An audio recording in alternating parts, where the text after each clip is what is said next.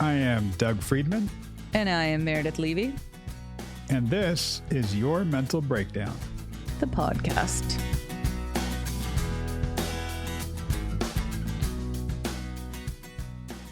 How you doing? You getting settled in there? Yes. Yes, I am. I'll tell you something crazy that happened yesterday. You? Crazy? I know. No. Well, it's another GZ thing, the ground zero. Calling me ground zero, not actual ground zero. Can you see these? I'm showing Doug. Oh, wow. Those are black widow bites on each of my thumbs. I was going to say, they almost look like snake bites. Yeah. Fucking black widow bites, one on each of my thumbs. What? That apparently, I think I got gardening. I decided to plant gardenia plants which, by the way, first of all, the soil is really hard and I have like a shovel and a couple gardening tools, but it was so hard to dig a hole that I literally think that the plant is sticking up like 3 inches out of the soil when it's supposed to be really far in. I was like, I can't do it anymore. I've done 2 of them, and the third one, I'm like, I can't. So I don't know. I came back in. I was sitting inside, and I looked down, and I was like, those are weird. That's so weird. No, actually, it was a few hours later. I was like, what the hell? And I was like, why is there one on each thumb? I was like, that is so weird. And so I started Googling it, and I was like, oh my God. I mean, it was the exact replica of the picture. And then I went over to my friend's house. It's a doctor, and he was like, did you actually see the spider, or did you see the spider? Or did you feel it at all? No. You just saw the dots on your thumbs. I just saw the dots. And then I literally Googled 2 red dots on my thumb. That is literally what I Googled. And then somehow found that, and they were like, could be spider bite. So I looked it up, and then I went over to my friend's house. It's a doctor, and he was like, yep. And I started feeling sick. Nauseous? Yeah. I started feeling nauseous. And that's why I was like, what the hell's wrong with me? It's so weird. I'm like, who does that happen to? 1 on each thumb, by the way. Wow. Just very random. Oh, I wonder if they crawled in my gloves. No. Maybe they were already in your gloves and you put your hands in them. That's what I mean, because I threw them on the ground after. That's almost one of my childhood fears, of like checking my shoes before I put my feet in them, because there could be spiders or cockroaches in there. Oh, yeah. Yeah. As a kid. Oh, yeah. Horrified to stick my feet in my shoes. And now? Now I don't care. Okay. Whatever. Of course not. But now, I mean, who knows? Now that you've rekindled that fear, it could come back. So what did you? Okay, so you go to your friend's. That's a doctor. He recognizes it. Yeah. You feel a little sick.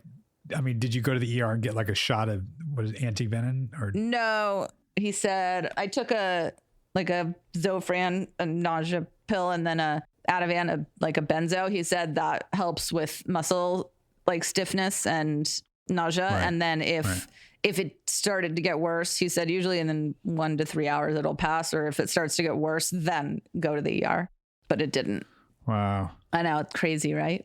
Gnarly. I know. That's gnarly. I know. And so weird. Just random. Like, what the fuck? Who does that happen to? You. Apparently. I know.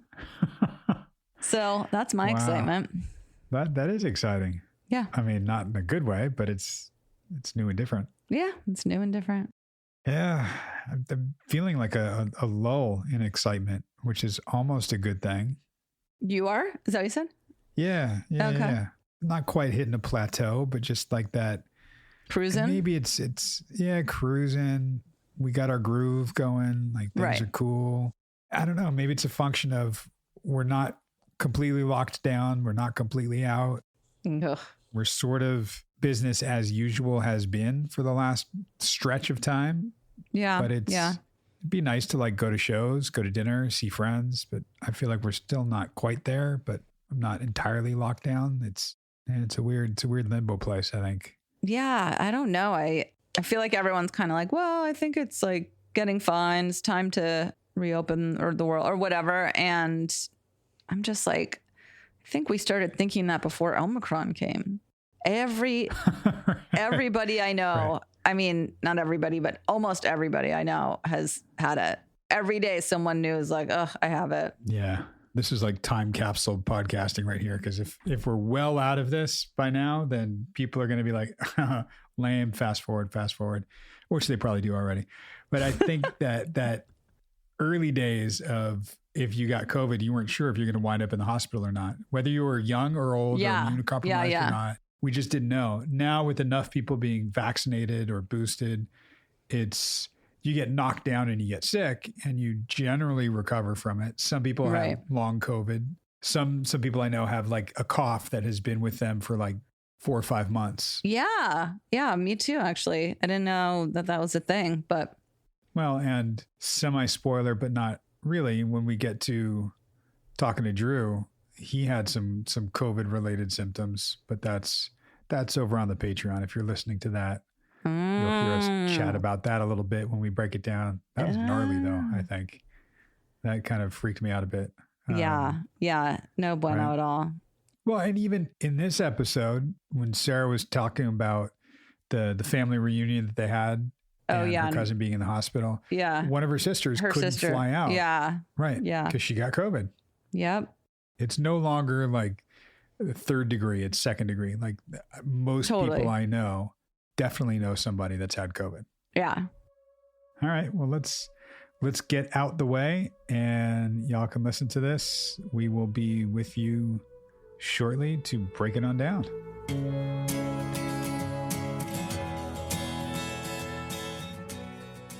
So I told you my sister got COVID, right? So she couldn't come to the family reunion, but she did arrive 2 days ago. Been spending some time with her. It's your cousin that's in the hospital, right? Yes. My cousin's in the hospital. How is he? He is, the doctors still they can't fix him. So at this point, it's just how long will he hold on? Will he hold on long enough to go 6 months? Technically not having a drink, so he can't even go onto a transplant list. And I mean, you probably guessed this about me. I want worst case scenario so I can plan. If the best case scenario happens, it's absolutely amazing. But my life has never given me those treats, or at least very, very often, not very often. I plan for worst case scenario. And if I am pleasantly surprised, then of course that's amazing. However, he has a kaput liver and his kidneys aren't functioning without dialysis. So, wow. Yeah.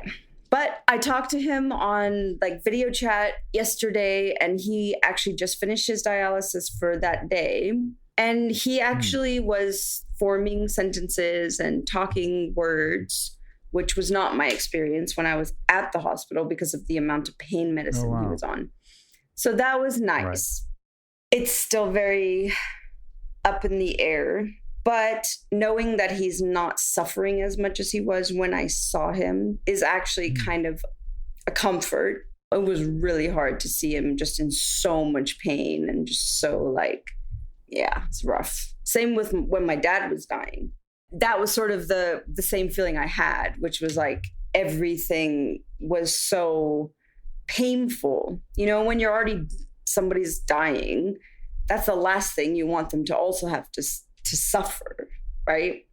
Let me dig at this for a second, because you're looking at how it's feeling for them. And I want to look at how it's feeling for you, because you're trying to protect them from suffering.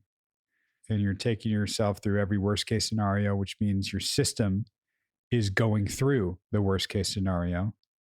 So this is kind of the landscape.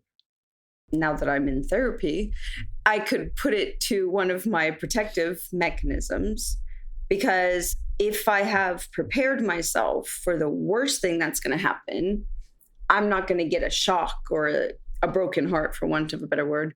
I have a broken heart with the idea of a worst case scenario, but I have planned for it. Right. So if the worst does happen, which I'm not trying to sound like a pessimist here, but Murphy's Law, everything bad that will happen or can happen will happen. That is my life experience. So there's no data to tell me to get excited about possible maybes. There's the intellectualizing version of this that we're doing, that we're slipping into.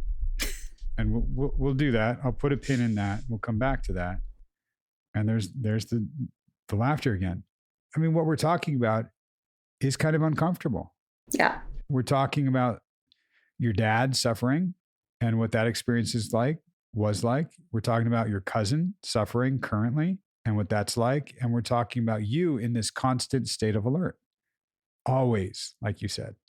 That's on the one hand exhausting, but I want to know how it feels, because you're the one going to the hospital. You're the one seeing him. There's something happening to you that isn't just the taking care of this. Let me prepare for that. There's your emotional experience of this. Yes. So my emotional experience when I'm with him is rough. I'm not as, I don't know, strong as I wanted to be. What does strong mean? I know something bad is happening, and I know it may or may not become an awful, horrible situation. But right now, he doesn't need me sitting next to him, bawling my eyes out. He needs me brushing his hair and cleaning him up. And Is that what he needs? Yeah. When I got there, he was covered in throw up the first time I got there. His hair was in this like mat. He had like super chapped lips. Right. Like as if you were like stranded in a desert or something. So to me, I'm like, sure, they're handling his medical care. His hair is probably causing him pain because it's in such a huge knot that like any direction he's moving in is probably pulling. And then his lips are so chapped. When he tried to talk to me, you could see him like cracking things that I'm just like, ugh. So, and maybe those are the things I choose to focus on or try to focus on to less or to take me out of the despair or the pain that I feel at the thought of losing him. But sitting next to him, bawling my eyes out like I did when I first walked in there, I just burst into tears. Right. Because I wasn't prepared, I don't think, for that, for what he looked like. And then after I talked to the doctors, I had to also excuse myself and go into the hallway, just kind of, because it's not easy. It's very difficult. But I don't imagine that me, one of his really good friends in life, more like a sister than anything, I don't imagine that does anything for the soul of the person who's trying to fight for their life, right? I'm not trying to excuse my analytical thinking here, but that's literally what's happening in my mind. Yeah. I've heard sometimes that when people are trying to be strong for someone, like when someone's going through something and they're trying to project strength, when they see someone bawling their eyes out, like you said, it actually gets them in touch with an emotion. For some, it's also, I don't want to see that. No, I need to not think that this is happening. I don't need to be in that, like you said, that place of despair and pain. Okay. But maybe that's my place. Maybe that's where I would be if I saw the people I loved suffering. So you could be 100% right here. This is why I'm in therapy. Maybe, well, right. But we're looking at a couple pieces of this. One is we don't know what it is for him. Yeah. Seeing you feeling despair and pain when he's trying to fight and strength might be, yes, there's the emotional expression that I'm not having right now. Thank you for having that with me. Not about me, not for me, not in the other room, but with me. And that's the thing that I hear the most, is that you're actually present with him. And what you see as strength might be strength. I mean, I think it takes great strength to do that, but it also means we're compartmentalizing and we're, to a degree, projecting something other.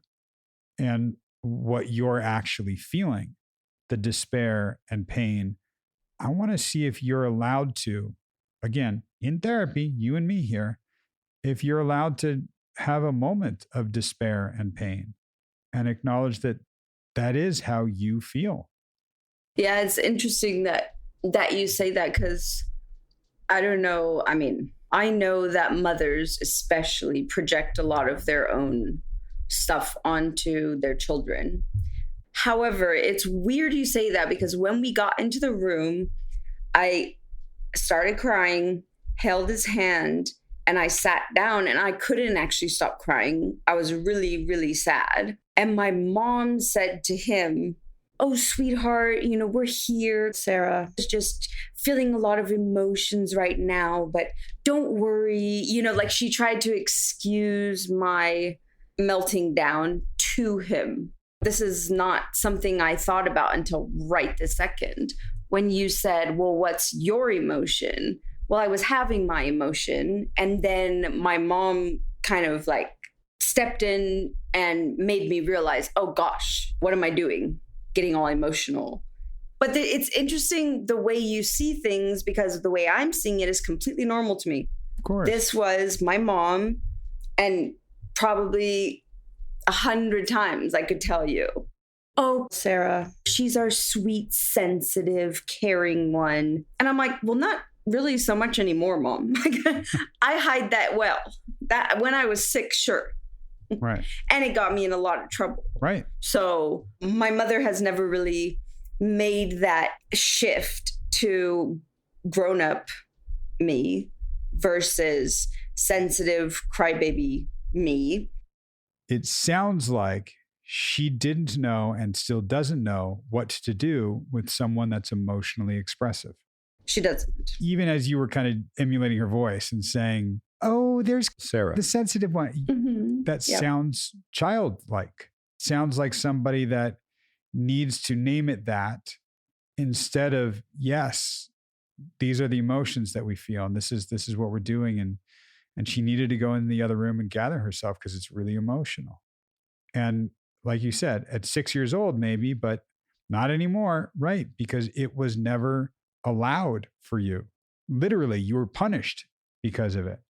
My mother even spanked me when she would leave a lot when we were kids. Right. Or she had become one of the leaders in this cult. And she would leave us alone with the evil people, I call them, or at least my childhood self called them.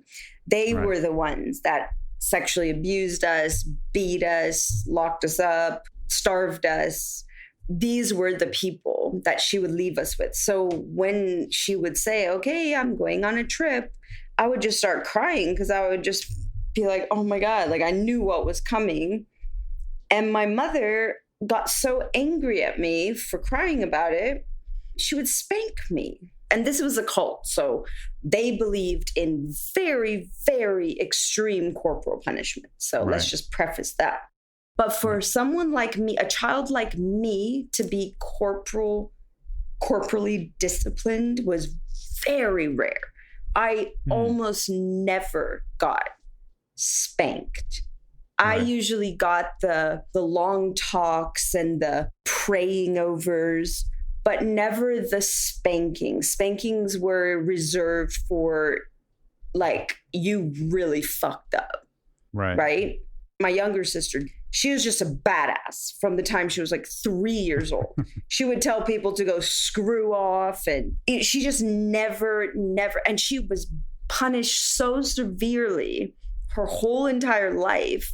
So the two of us are just complete opposites in that sense. But I think the punishment by a mother to a child who's sad that they're leaving is so extremely traumatizing. I don't actually honestly like to really talk about it much, but could also account for the way I shut down when I feel emotions. Yeah. I live outside of the emotion. So now I'm a person who's looking in, and that Sarah would feel those emotions. Right. And the reality is there was one Sarah, and she learned not to show emotion or be emotionally expressive because it wasn't taken well. And not only was it not taken well, it was punished by my mother. Right. Ugh. And even now, oh, that's Sarah. She's a sensitive one. She's always been like that. Your mother, again, all due respect, has not evolved and has not learned, and that's how she is. Okay. That's in parts I don't want to say re-traumatizing for you, but it's traumatic. Sometimes people think that the mother of all triggers is the mother, because that's where a lot of this starts. And she's the first bond you ever had in this world before you were even in the world. To have that person now do what she's always done is incredibly impactful, because you are feeling something. This is not just your cousin. It's one of your closest friends. Yeah. And you're seeing the suffering, and you are as compassionate as you can be. And I think the real strength, like when you say, I'm trying to be strong, like I almost want to redefine strong and say that it comes from that compassion. I mean, I feel like it kind of had to, because the compassion is always what gets me, right? So the feeling of extreme emotion has always been a real quandary for me, which again is probably why I sound like a robot a lot of times, or like a third person, because going into that place, I would be very emotional. Or I can be very emotional. I told you when I was telling daughter, I was like, okay, I've got this. I'm going to just tell her very clinically. And I just burst into tears. Right. And, the sweet daughter, she is so accepting. And so she's very in touch with all the things that make people human. And I really do love that about her, except her brother. She can't stand him and she thinks he's an asshole. But whenever there's emotion, she's in fact a lot like me as a child, which was she would actually mimic the person's emotion.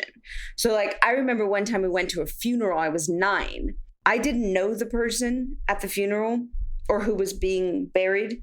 And just watching all the people crying made me cry, but cry to the point of where I was really crying. Like I was feeling all of the emotions. And again, another time I got in huge trouble. It was like, what the hell is wrong with you? And I couldn't stop crying. It was a very strange thing for me, because it was the first time I realized, like, oh gosh, this is not just me. Like I feel all of the things. Right. And again, I mean, really punished that time. Like it was bad. They were just very angry. Even the family of the person was like personally angry at me. Wow. I was like, wow, okay, so clearly I need to lock this shit down, because I even sometimes get like teary in weddings. And I would just like gulp it back. And I really do have to kind of stand out from my heart. Wow. My instinct is to be emotional. Like that's part of who I am. Yeah. I mean, that goes back to what I said to you early on about when you said, at the core, I have a happy soul. Like, right. And then you learned to project a certain way, as we're talking now, to not show emotion, to lock it down. Then you've got that other layer of, I can appear happy now because I've locked that down. What you're kind of coming to and realizing now is, wait, and what you just described, I've separated myself from my heart. I've separated myself from my feelings so much that I'm looking at my own feelings objectively. I'm not experiencing them for myself, good and bad, weddings and funerals. I wonder how you are when you watch like a movie or a TV show or even a commercial. If I'm alone, I cry. I'll cry. If I'm alone. But even if boyfriend is in the room, actually, it's happened a few times where I will cry and he'll be like, are you crying, babe? Because it's such a like weird thing for him to see me like all like. What's your response? I'm like, yes, I am. Don't look at me. Okay. Here's something I want to see if we can play with a little bit. I'm jumping into this because we're coming at it from the other side. Let's entertain this. If it's, I'm crying, can you please hold me for a minute? Instead of don't look at me. What do you think about that? Yes. So my instant reaction to that is that it's a trivial thing that I'm crying about.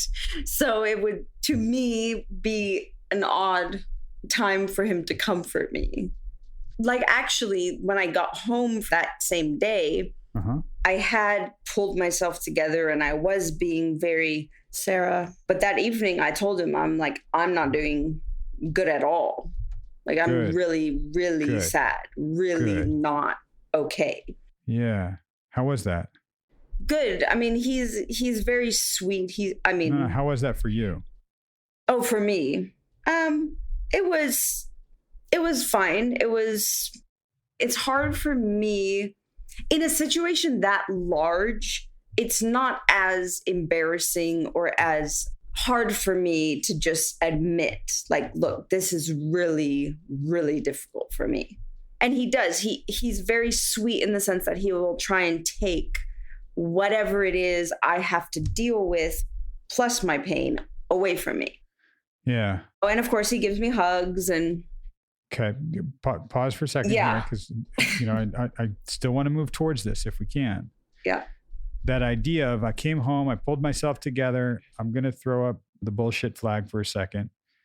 In the same way that we're redefining what strength means to a degree, I want to redefine what that is. I don't think that's pulling yourself together. I think that's ripping yourself apart. I think that's going, I'm going to put up this front, but what's actually inside is all this emotion that just gets locked down, shoved down, and separated. That's the separation of me from my own heart. And then when you're watching something on TV or something and you have a reaction and you start crying, that's beginning to put yourself truly back together. And it allows you to have an emotion because you're seeing it out there. It's almost giving you permission to bring up the thing you locked down. It's not petty. It's a trigger. It's an opening. It opens it up. So now it can come up. And that's why you might find comfort in boyfriend. Go, hey, can you just hold me for a second? Are you crying? Yeah, it's really triggering. So it's bringing something up. Just hold me for a second. He might double down and go, oh, what is it bringing up? That might be too much in that moment. Like, just stop. I'll talk about in therapy. Just hold me right now. Just let me feel this. Just let me feel this. This isn't my usual. Just let me feel this. It's not petty. It's giving you an opening to get into your heart that you shoved down there. Then am I going to turn into this big weepy person? Honestly, it's my biggest fear as you're talking. Are you going to turn into this big weepy person? Maybe for a couple of minutes. And thank God you will. Do I want to be this, I'm air quoting, put together person? No, that's the torn apart person. That's the person that's separate from their own heart. I mean, you can be that, but I think part of the reason why you're coming to me is I don't want to be that. Yeah. I don't think it's a black or white. Either I'm compartmentalized, locked it down, and I can be air quoting strong and this, I can be that, or I'm going to be this big weepy mess and you're going to have to scoop me off of the floor. My pendulum. Exactly.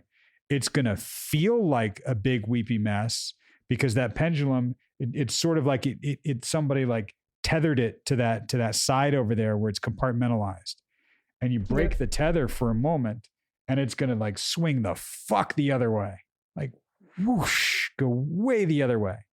The reality is it's going to feel like that, but it might only just move a little bit off of it. And that's the experience I want to see if we can try out. Okay. In the comfort and safety of your relationship with boyfriend and with me, being able to tap into that when it feels like the pendulum goes so far the other way, to allow that for yourself. And if you become big weepy for a moment, it will be for a moment, and the pendulum, believe me, will swing back over. It's how a pendulum works. Yeah. It's not just going to go all the way to the other side and then it's stuck there. It's interesting. Giving yourself that moment, to be big weepy, even if it's about a long distance commercial. Yeah. And I very rarely watch commercials, but I do really love my doctor shows, which of course always have really big emotional scenes. Oh, yeah. The doctor show is probably the most. especially if there's a kid involved in the story. Yeah. And it's just like, there's so much emotion in that scene. Of course, it is actors and it is not a real thing, but yeah.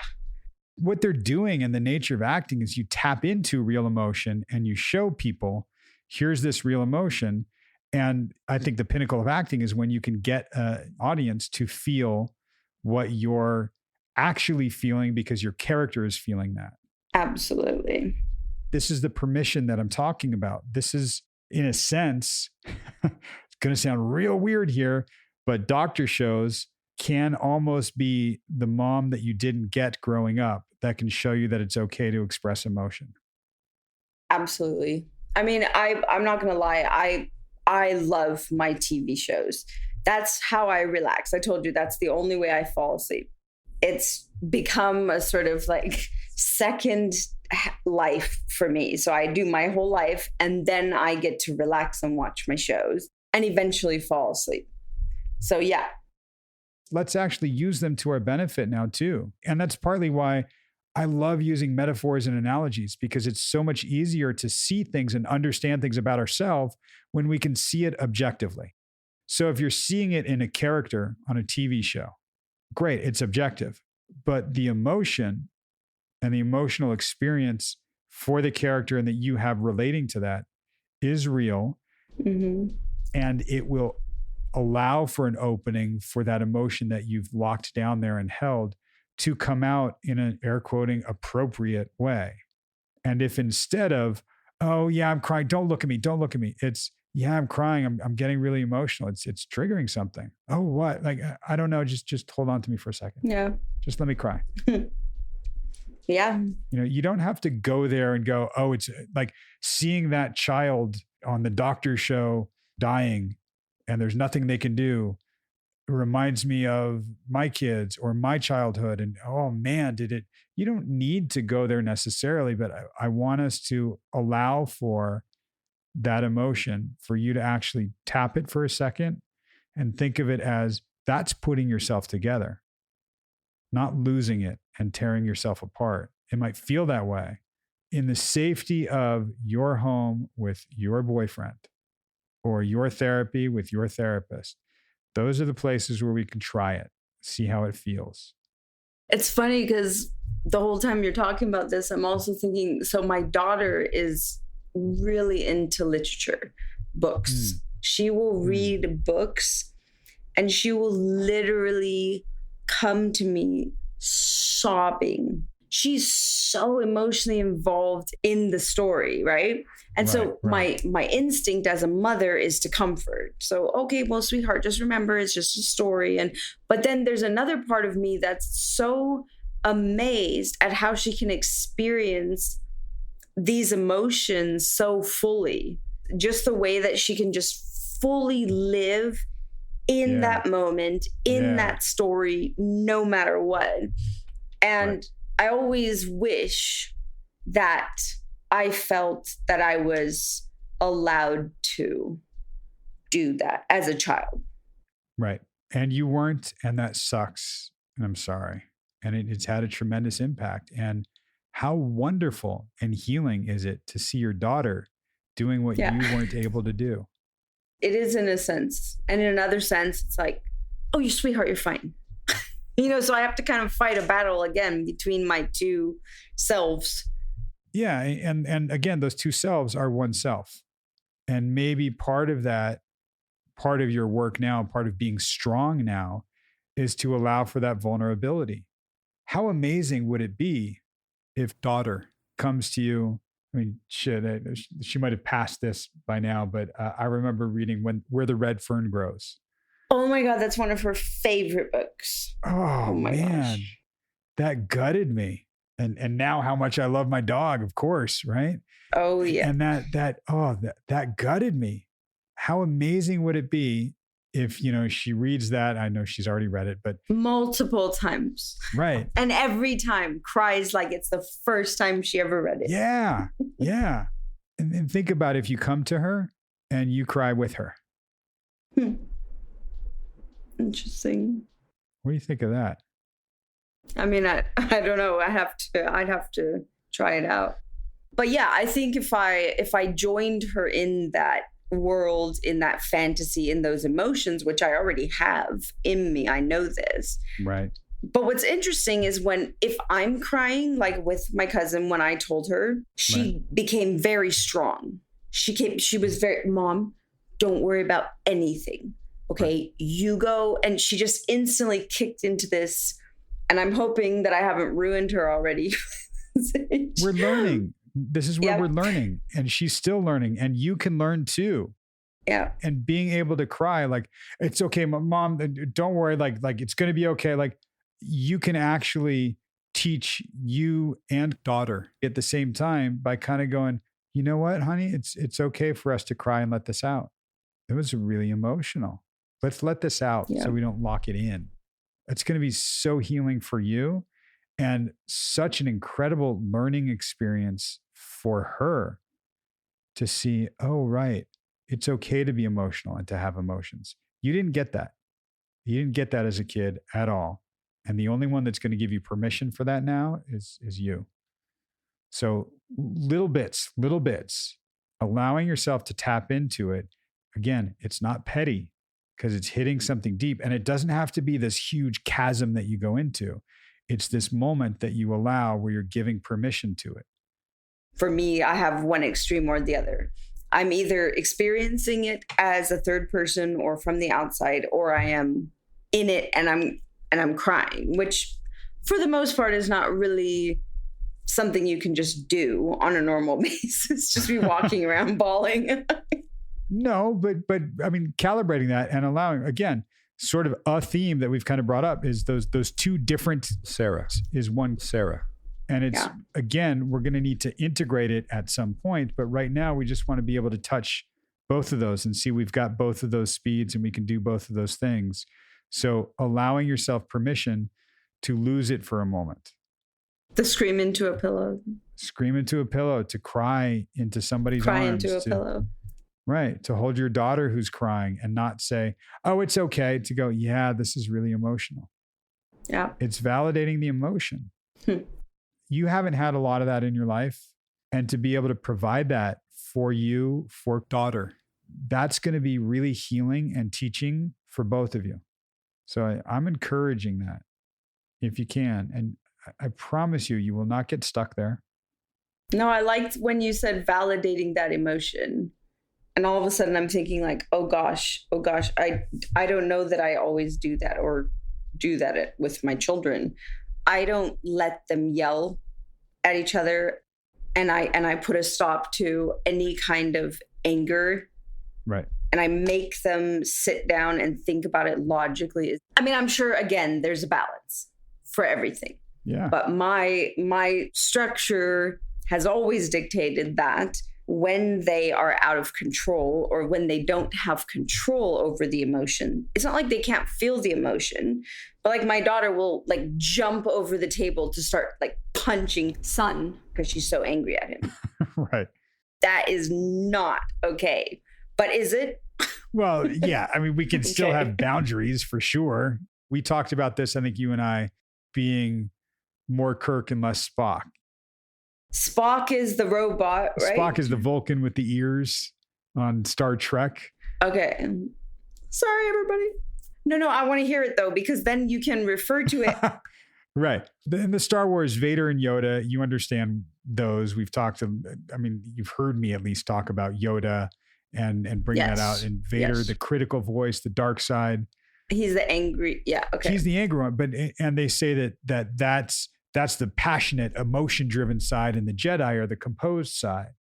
Similarly, in Star Trek, Captain Kirk, William Shatner, or whoever was playing Kirk, is the like emotional one, and he's the one always emphatically expressing things, and Spock is the very logical one with the Leonard Nimoy with the pointy ears, and that's live long and prosper. Yeah, so it's that. I mean, and you see it everywhere. There's usually an emotional one and then a composed one. We have those different sides of us.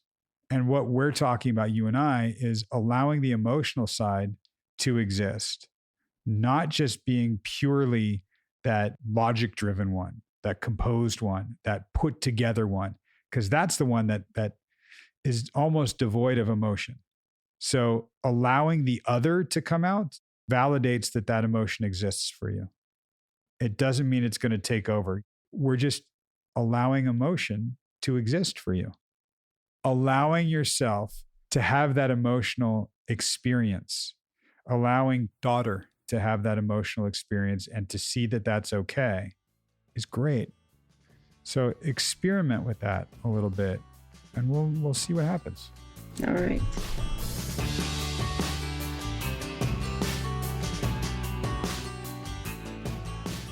And we are back. We sure are.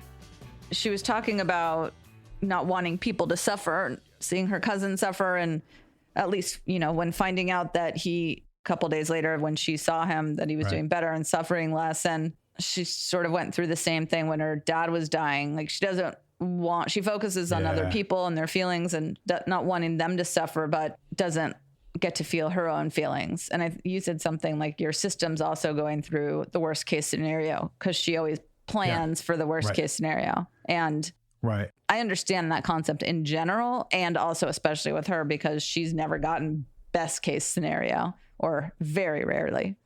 Yeah, I think for her, what I love about this is she's now aware of that too. She even said, now that I'm in therapy, and she's talking about, she even called it her protective mechanism and saying like, preparing myself for the worst thing that's going to happen so I don't get shocked. I think she said again, broken heart. Yeah. Having the broken heart with the idea of the worst case scenario, but at least I've planned for the broken heart. Right. And what I wanted to do with her is go, well, wait, can we talk about your heart breaking? Can we have that connection to the emotional experience? Right. And that's when I think she really put it together and she connected it to dad. And she was talking about being in the hospital and crying. And it really was like allowing yourself to have your emotional experience instead of that protective mechanism of compartmentalize it, put a handle on it, as she says, and keep going. Yeah. Until her mom fucking ripped it away from her. Right.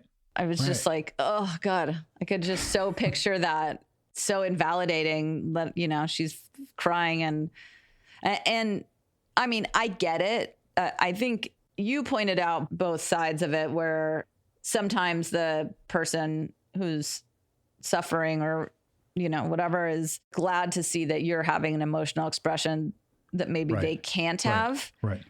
Yep. And I hear what you're saying and I just don't know. I'm trying to picture a situation where somebody would feel better I'll give you one and I can tell it to you firsthand. Okay. I mean, you've known me, so you know that I've dealt with autoimmune issues. I had psoriasis that at some points covered 80% of my body and was extremely painful. And it's just what I dealt with. And the arthritis that came with it, like, whatever, no problem. When I was married to Kim, she would sometimes lying in bed just start crying because of all the pain that I was enduring and going through. And it was not just the physical pain, but the mental and emotional. And I would just kind of like, yeah, whatever. But seeing her have the emotional expression for what I was feeling, but I had compartmentalized, really helped. And it was pretty amazing because I could connect to the emotions that she was having for me. So I got to see the expression externally and then bring it internal and have it without me falling apart. Because if I fell apart, if I had that, how would I wake up the next day and keep going? Wow. That's a great example. And there you go. Okay. Yeah. Well, that makes a lot more sense. I guess I was thinking about it for somebody that was like terminal or maybe was going to lose a leg. You know what I mean? Something like that. But again, also I get it. I still, now that you're saying it that way, I think it does make sense. Right. Yeah. Because my condition's chronic. It's not, that's not going away. Yeah. And it's similar. I mean, like you said, seeing both sides and that idea that for her, she didn't want to show any weakness for him. She wanted to be strong for him. Right. And crying doesn't help. Like, well, maybe it does. Maybe it doesn't. I can't speak for him. Right. The both sides being able to show him that, not just the strength, and her being able to feel that despair and that pain and acknowledge how she's feeling and be real instead of just being this projection of strength. Yeah. You also don't want someone to be stoic, not that she is, but when you're crumbling. But I think And oh my God, when she described this, man, I don't know anyone else has, I mean, I'm sure seen this, but like the cracked lips and the hair and like, I was like, oh God, I just pictured my mom like that in the hospital when she was dying. Cause it's such a thing, but all like, you know, I would put chapstick on all the time on her. But at first I was like, fucking where is he? What kind of hospital is he in? And then you got to remember that they're doing all the other stuff, trying to keep someone alive sometimes it's just, but that is just so sad. And that I guess she walked in like not having any idea what to expect. And so I think you see someone with tubes and needles and looking horrible and it's just traumatic. So I think she said that's when she broke down crying. And I guess that's when her mom, I don't know if that's when her mom, I think her mom was with her then. She just walked in and she was just like, oh, she's just so emotional and sweet. Right. No. She's so sensitive. She's just sensitive. That's right. It was really invalidating and like we said, traumatic and triggering all over again. Yeah. When I was listening to it, I literally, my face, I think I was like, ugh. I think I just said that out loud when I was listening to it. I was like, and then the way she said it, it's really interesting. It was, now that I'm thinking about it, it was not an intellectualized Sarah type crisp tone to it. She was like, not anymore. I was like, damn. Right. Oh yeah, that's right. And that's growth for her. And the way, I mean, look, there's a couple things here. Going back for a second. Yeah. The chapped lips thing, seeing tubes in somebody.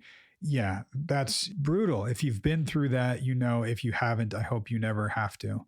Yeah. And I remember putting Vaseline on my grandfather's lips because couldn't run the chapstick. You couldn't run the tube on it. You had to just do it with your finger. And it's rough. Yeah. And then I think like my dad, who passed away a couple months ago, I didn't get to see him and I don't know what he looked like, but I know had I seen him in that state, it would have really impacted me and affected me because you see them in the most vulnerable, helpless, sometimes hopeless state of being, especially if you get the sense that it's near the end for their life. It's so hard.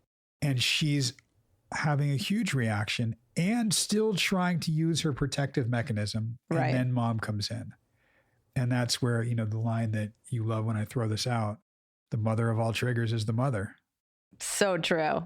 When you were saying to me, Meredith, like her recounting it to me, she wasn't using the over enunciating. She wasn't talking that way. Right. She was like getting in touch with being pissed. She totally was. Like what she was feeling. And even this is really telling to me when she talked about mom and she said, oh, that's just Sarah being sensitive. Yeah. Like, it sounded like a child. It sounded like somebody that just is not in touch with reality right now. Yep. And you guys didn't mention it, but she said, yeah, that used to get me in a lot of trouble when she would cry. And she said, yeah, like back when I was being a crybaby. And I was like, oh, that is so sad. Like, because you referred to your own little child as your own child's self as a crybaby, because that's basically what she was taught, that it wasn't okay. I was like, and not okay meant she didn't just get in trouble. She got beaten. Yeah. She got really severely punished. And that shift that she talks about is when she shifts to becoming the grown-up me versus the sensitive crybaby me. Mm-hmm. Like, that's when she learned, oh, I need to compartmentalize. I need to put a handle on this in order to survive. And that's, oh man, you're right, Meredith. Like that's using Sarah's word. It's heartbreaking. Yeah. And especially talking about the evil people and all the horrible shit that they did to her. But for her, the thing that was the most traumatizing was that her own mom would punish her like that. Right. Just, so heartbreaking. Right. Her phrase she used, that she lives outside of her emotions looking in. I was like, wow. Right. That's a great way to say it. Yeah. And she even said it in a way that speaks to that enunciation and that compartmentalizing, and just saying like that, like having that emotion was like a quandary for me. Like it's probably why I sound like a robot a lot of times, or like a third person. Because that was a trip. I couldn't believe I was like, what? She knows? She said she sounds like a robot or like talking in third person. And I didn't think robot, but when she said it, I was like, oh, I don't think she sounds like a robot, but it's a really good analogy. And I had no idea she thought that, or she knew that about herself. Yeah. A clue for me in one of our very first sessions, I think it might have been our first session, when she was like, I'm genuinely a happy person. Like I'm happy at my core. I'm like, what? And that had me realizing, oh, she's just had like another core wrapped around it. Right. It's this compartmentalized, cold robot. It's had to be there. Yeah. So that she can be whoever she is on the exterior. Right. But that realization for her that like, oh yeah, I probably sound like a robot. She is, I am sure, so incredibly emotional. She has such incredible depth of feeling that she has packed away and not let herself access and express. When that comes out, oh man, it's going to be so incredible for her. And that's why I started mentioning her daughter and connecting with that way, because her daughter is emotional and is expressing. Mm-hmm. Right. And we'll get to that in a second, I'm sure. Yeah. Well, I just thought it was so strange that I've never heard her say that about herself. Because even, when she was talking about listening back to the tape and her tone, and she's like, I just couldn't see it or didn't see it. So I was like, oh, that was so interesting. I don't know if she just realized that and that sort of like that third person sounding. So. Yeah. And she's seeing a lot of this through her kids. She even said when we were talking about her daughter that she mimics someone else's emotion, which is a lot like me. And that is a tool that a lot of people use when they aren't sure what's safe for them or how to express something or how to feel something. If they mimic someone else's emotion, someone around them, because that's probably socially acceptable, they'll do that. Oh, I thought she said that about herself. Like when she was talking about the funeral, I thought that was about herself. But when she... Yeah, no, it is. But she was saying she saw that. She said her daughter is a lot like her, that she will mimic someone's emotions. And then she went, like me, at this funeral I went to. Oh, okay. Right? I wanted to be like, that's not mimicking. That's called being empathic.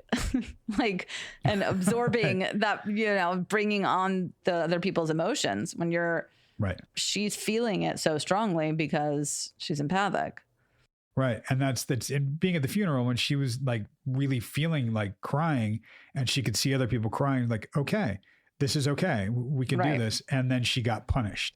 Right. Like, oh man, how incredibly traumatic and invalidating. And what that does to, every bit of your system, your nervous system, your conscious system, your unconscious system is learning like, oh, I can't have emotion. I can't express this. I can't show this. She even said like, well, okay, got to lock this shit down. Right. And I gulp it back. If I feel it in my heart, I just, nope. And she said again, my instinct is to be emotional, but I don't do that. Like, oh man, we're going to, through our work, eventually, I'm not going to force it at all. That emotional person, that sensitive person, that sweet, sweet, sensitive person, not the one her mom mocked, but the one that really exists. Right. That's going to come out and be amazing. I know. And I've been very much looking forward to that. You guys talked about how she separates herself from her heart and feelings so much that she can look at her own feelings objectively and not experience them. I was like, holy shit. That is a skill, I will say.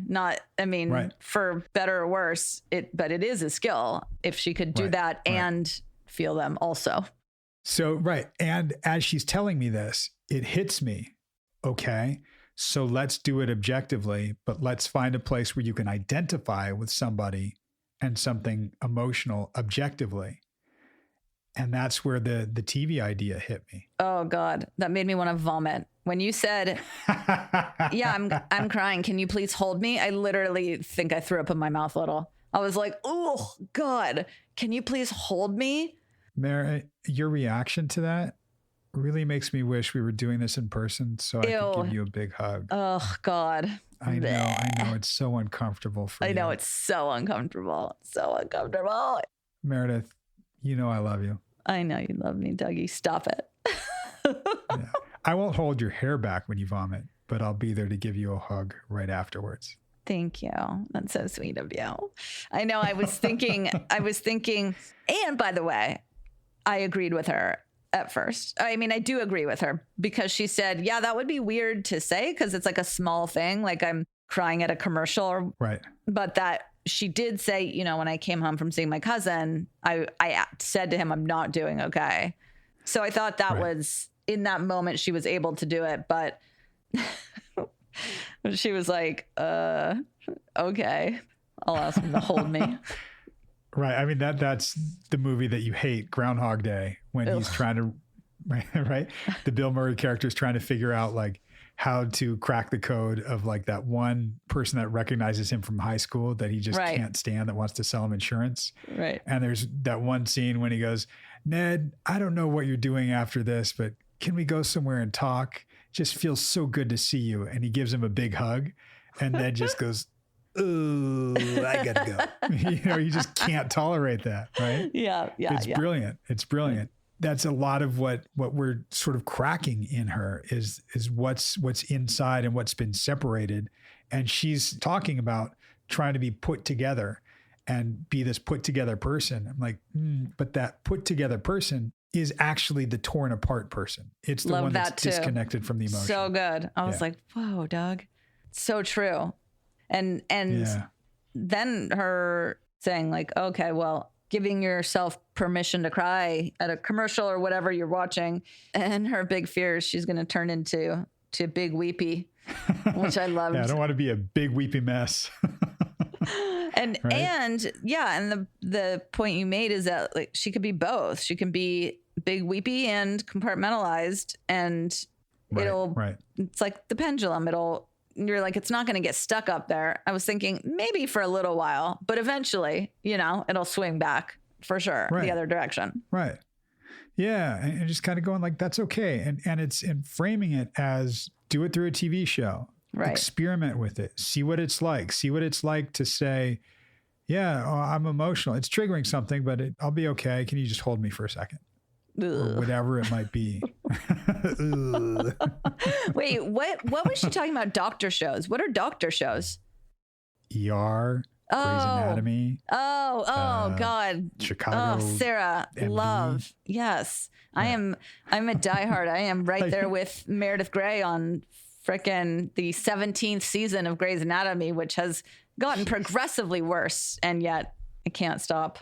No, I'll be there till the end. They're your friends. Yeah. They're the people that you know. I know. And I loved that. She said it was like how she relaxes, and that and reading for me, fiction. Totally. I just go into their lives. That's why her daughter reading, like, reading. And I bring up, one of the books that we read in junior high or whenever it was. Oh, Where the Red Fern Grows. Oh man. Right. Yes. Right. So good. And it happened to be her daughter's favorite book. I know. I just pulled that out and she's like, oh my God, that's one of her favorites. She's read it multiple times. Like, great. And that's where the idea, and she saw it, she paused for a second. Because I was like, okay, well, what if you allow her to come cry? And instead of you being the one crying, you're the one allowing the emotion to exist. It's like, oh, interesting. Okay. Yeah, maybe I can try that. This is where the experimenting comes from. This is where the experimenting can really be affecting change for her. Is just try it out. Even when she said a few weeks ago, I was like this, Doug, you'd be so proud of me, but maybe it was just a fluke. Like, I don't care if it's a fluke. That means you're still creating a new pathway and you're doing that. So yeah, I love this for her because it's really getting her to honor the emotional experience that she or someone around her is having. Yeah. And then she pointed out when she cries, her daughter kicks into strong mode, and right. Which I totally get. I think I remember seeing your parents cry, your mom cry or whatever is scary. I think it was for me just because all of a sudden you're like, wait, where's my protector? But I liked, the idea that she could say, hey, like, don't worry. It's okay for us to be sad. Yep. It's again, just having that emotion and not being so, robotic, as she would say, or as I said to her later, realizing she doesn't get all of my pop culture references, but she will. That's fine. But being more Kirk, less Spock. Oh, I wouldn't know either. I know that one of them is very robot or like logical, right? But right. I wouldn't know. I didn't know either who's who. I mean, it's sort of like Vader and Yoda, but it's different. It's a different thing. We're talking about being very emotional. For me, it's always picturing William Shatner as Kirk, whatever that is, and following your passion, doing that thing and expressing it. And then there's Spock, the Vulcan with the big pointy ears. Right. Well, that would not be logical. Right. And that's almost the enunciating version of her that's so compartmentalized. And as she had said, put together, even though we now realize, oh, wait, that's not being put together. That's right. Continuing to be separate from your heart. Yes. And she kept referring to her two selves, and like your two selves are one self, right? That's the whole thing where I always tell people we have all different parts to us, and people talk about wanting to get back to their old self or be a new self. I'm like, no, you're still yourself. We're just focusing on different parts or bringing out different parts. We are the sum of all of our parts, and recognize it was fun to go through some of this work with her. I don't know if fun's the right word. I like doing this kind of work with her where we can separate and see different parts of her and then integrate them back into the whole. And that's kind of where we're at right now. I just was thinking of like dissecting a frog, which is disgusting, but separating all the parts and then putting them back together, but then that frog's dead. So it just gave me a visual of like taking apart and putting back together. And I don't know, like looking at it. Wow. I mean, you could have gone with like Legos. You could have gone with, I don't know, Rubik's Cube, Jenga. I mean, so many different things. No, you didn't say dissecting. I don't know what you said that made me think of, I don't know. But on that frog and toad dissection note, sorry. I'm done. I'm done with you, girl. We're done. We're done. Nope. That's it. We're done. I'm trying to think of a better. And scene. That's drop the scalpel on that one. Yeah. That's funny. Well, guys, thanks for listening. Thanks for hanging with us, and find us on social media. We will be everywhere you want us to be and everywhere you don't want us to be. We'll just be everywhere. Not in a creepy way, though. No. Oh man, I want to bust out the Richard Marx song again, but I'm not going to. Thank you. Bye. We will see you next week. No, in 2 weeks. We're skipping. Well, whatever. We'll see you when we see you. If we see you. If not, we'll talk at you. Bye. As we do. Bye.